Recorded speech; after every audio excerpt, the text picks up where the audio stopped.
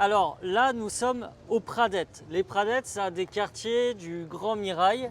Et qu'est-ce qu'on a là? On a des vestiges archéologiques, vous voyez.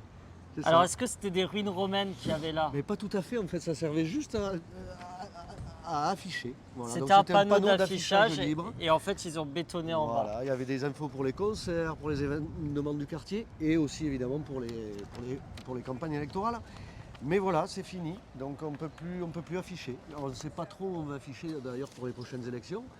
C'est interdit, là on ne peut pas, on le comprend, mais là c'était fait pour ça et voilà, ça n'existe plus. Donc, Alors, ce qu'il faut dire, c'est que là, on avait un panneau d'affichage libre, ça s'appelle comme ça, qui était assez grand. Vraiment assez grand. Hein. Et en fait, les habitants du quartier, bon, bien sûr, il y avait les campagnes électorales, mais il y avait aussi les campagnes citoyennes des habitants du quartier, notamment sur la demande d'une ferme urbaine aux Pradettes. Voilà. Donc, ça a toujours été un quartier qui finalement a été dans le collimateur de la mairie parce qu'il portait des valeurs de transition écologique, de solidarité, ça fait longtemps, qui n'allaient pas, quoi. Il y a un collectif d'associations très actif et qui défendent des projets comme ça, comme cette ferme pédagogique, des jardins partagés.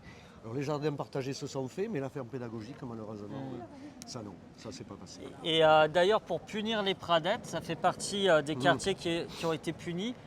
La mairie a décidé de supprimer le lieu de vote des Pradettes, ce qui fait que les habitants vont aller devoir voter dans un quartier à côté qui s'appelle l'Ardenne, qui est très sympathique au demeurant, mais qui fait qu'on a beaucoup plus de temps de trajet.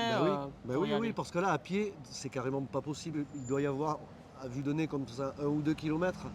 Bon, quelqu'un d'un peu âgé, tout ça, va pas se rendre à pied là-bas. Donc, c'est vraiment une attaque, une atteinte à nos droits d'expression. Entre le panneau et le bureau de vote, voilà, mais on nous met un bâillon sur la bouche. Quoi. Et même pour les familles, il faut de l'organisation, si on prend les enfants. Et c'est pour ça qu'avec mes collègues Adrien Clouet et Instant Bac Terre Noire, on a fait ce petit tract.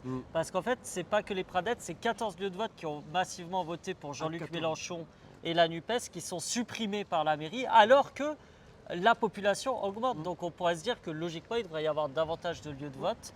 Et au contraire, là, on a une magouille électorale qui vise à sanctionner les quartiers qui sont trop, on va dire, investis, solidaires et qui n'ont pas les bons votes au goût de M. Boudac et de sa municipalité. Et il ne faudra pas se plaindre s'il y a plus d'abstention aux européennes encore.